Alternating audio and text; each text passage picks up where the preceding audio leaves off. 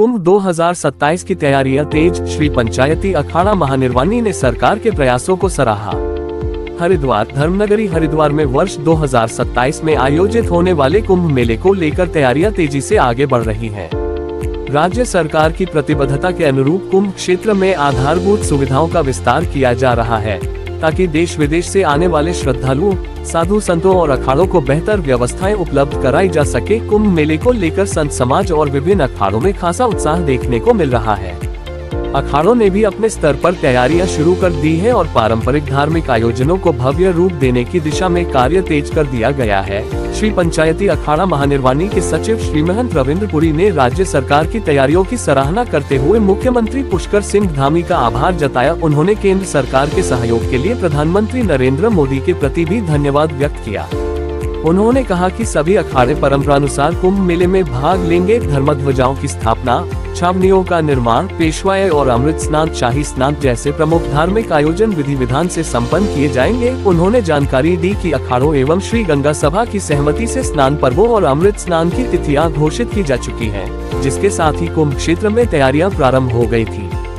कुंभ के लिए किए जा रहे आधारभूत विकास कार्यों का लाभ भविष्य में भी श्रद्धालुओं और पर्यटकों को मिलेगा, जिससे स्थानीय अर्थव्यवस्था और पर्यटन को बढ़ावा मिलेगा। उल्लेखनीय है कि वर्ष 2021 में कोविड-19 के कारण कुंभ मेले में सीमित संख्या में श्रद्धालु शामिल हो सके थे, लेकिन वर्ष 2027 के कुंभ को लेकर संत समाज और श्रद्धालुओं में विशेष उत्साह है। प्रशासन द्वारा व्यापक तैयारियां सुनिश्चित की जा रही हैं, जिससे यह आयोजन दिव्य और भव्य रूप में संपन्न होने की उम्मीद है। हरिद्वार से सागर कुमार की रिपोर्ट। भारतीय संस्कृति का एक प्राचीन धरोहर है कुंभ पर्व। देवताओं और दानवों के समुद्र मंथन से जो अमृत कलश निकला था, उसको लेकर के इंद्र के पुत्र जयंत के द्वारा जब आपस में विवाद हुआ, तो वो उस कलश को लेके जाते हैं। तो भारत के जो 4 भाग हैं, दक्षिण में त्र्यंबकेश्वर गोदावरी का उद्गम स्थल, मध्य भारत में क्षिप्रा का तट महाकालेश्वर मंदिर उज्जैन, पूर्वांचल में प्रयाग तीर्थ महर्षि भारद्वाज की तपोभूमि जहाँ गंगा यमुना सरस्वती का संगम है, और उत्तर में हिमालय की प्रारंभ जहाँ से होता हरिद्वार, माँ भगवती गंगा का तट। 4 जगह कुंभ का आयोजन होता है, जिसमें 2 जगह पर प्रयागराज में और हरिद्वार में प्रत्येक 6 वर्ष के बाद में अर्ध कुंभ आता है। बृहस्पति की गणना के आधार पर ही कुंभ का आयोजन होता है। जो ज्योतिषीय गणना और ग्रह स्थिति है, सिंह राशि में बृहस्पति और सिंह राशि में जब सूर्य रहता है तब नासिक में कुंभ होता है, और सिंह राशि में बृहस्पति और मेष राशि में सूर्य रहता है तब उज्जैन में कुंभ होता है, और कुंभ राशि में बृहस्पति और मेष राशि में सूर्य तब हरिद्वार में कुंभ रहता है, और वृषभ राशि में बृहस्पति और मकर राशि में सूर्य, उस समय प्रयागराज में कुंभ होता है। लेकिन भारतीय जो परंपरा है हमारी, उसके अनुसार ये ज्योतिषीय गणना का लगभग 84 वर्ष के बाद में, सन 1938 के बाद में हरिद्वार का जो कुंभ था 2022 की बजाय वो 2021 में आया।